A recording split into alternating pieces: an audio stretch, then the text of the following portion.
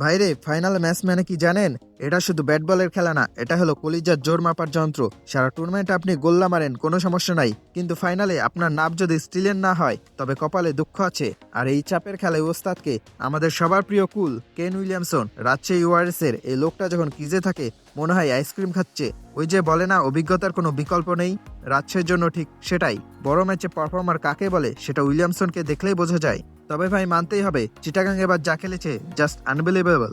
তারা অনেকটা ওই মোমবাতি শিখার মতো ছিল, নিভু নিভু করেও শেষ পর্যন্ত ঠিকই জ্বলে উঠেছে।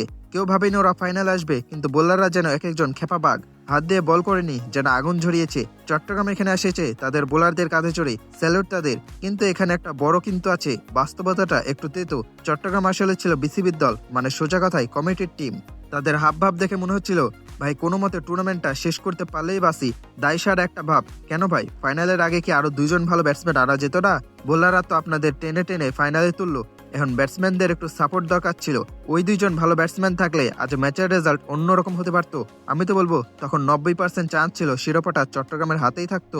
আসলে ফাইনাল জেতার জন্য যে খুনে মেজাজ লাগে সেটা হয়তো ওই কমিটির টিমের ম্যানেজমেন্টের মধ্যে ছিল না। তারা হয়তো ভেবেছে ফাইনাল পর্যন্ত এসেছি, এটাই অনেক। আরে ভাই, ফাইনাল খেলতে তো সবাই আসে না, জেতার জন্য আসে। যাই হোক, দিন শেষে আমরা একটা দারুণ টুর্নামেন্ট দেখলাম। রাজশাহী তাদের অভিজ্ঞতা দিয়ে বাজিমাত করলো, আর চট্টগ্রাম আমাদের শিখিয়ে দিল অভাবের সংসারেও কিভাবে লড়াই করে মাথা উঁচু করে দাঁড়ানো যায়। তবে বিসিবিকে বলি, পরের বার দল বানালে অন্তত ফাইনালের জন্য দুইটা ভালো ব্যাটার হাতে রাখেন।